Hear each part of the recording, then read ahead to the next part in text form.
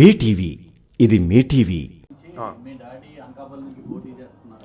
అంటే నాకు అది అది పార్టీల్లో వాళ్ళు చెప్తారు అండి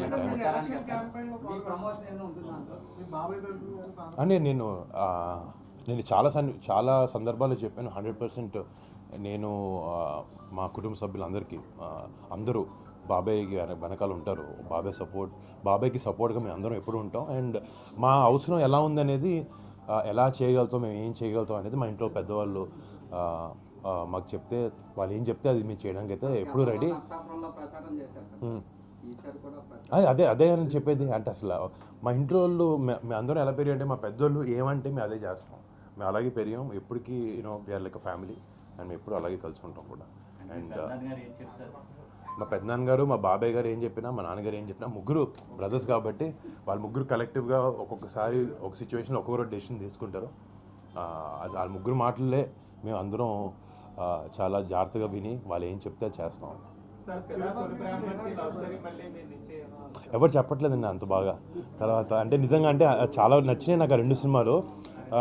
అంటే అవి రెండు, ఒకటి కాలేజ్ యాంగిల్లో, ఇంకొకటి బాగా రూరల్ ఫ్యామిలీ ఎమోషన్స్తో కూడిన లవ్ స్టోరీ అనమాట.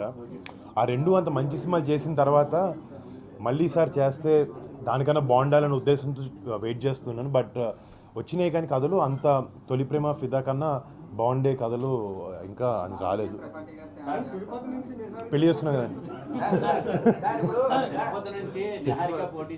ఎవరండి? మా చెల్లి నిన్నే యాక్టింగ్, అదంతా ఏదో సోషల్ మీడియాలో సగం చెప్తారు.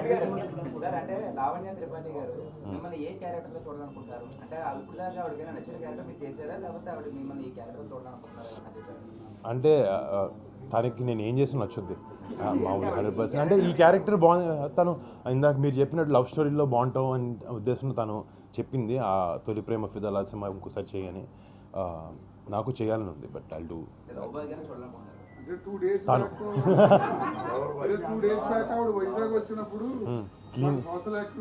అవునండి, అవును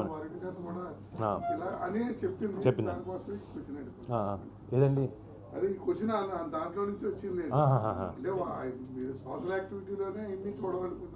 అలాగా? అది బయట, అది నిజ జీవితంలో ఆబ్వియస్లీ సోషల్. సినిమాల్లో అంటే ఎంటర్టైన్మెంట్ కాబట్టి రకరకాలవి. ఒక యాక్టర్గా ఇందాక ఆయన చెప్పినట్టు ఒక యానిమల్ లాగా, లేకపోతే ఒక ఫిదా లాగా, లేకపోతే ఒక బాహుబలి లాగా ప్రతి యాక్టర్కి కోరికలు ఉంటాయి డిఫరెంట్ క్యారెక్టర్స్ చేయాలని.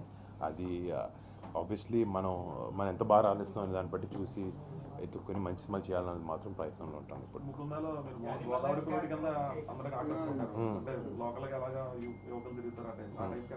ఇప్పుడు మట్కా అనే సినిమాలో వైజాగ్ బేస్ సినిమా మొత్తం, అంటే మన సైడ్ సినిమా, అది కొంచెం డిఫరెంట్ కాన్సెప్ట్లో ఉండబోతుంది.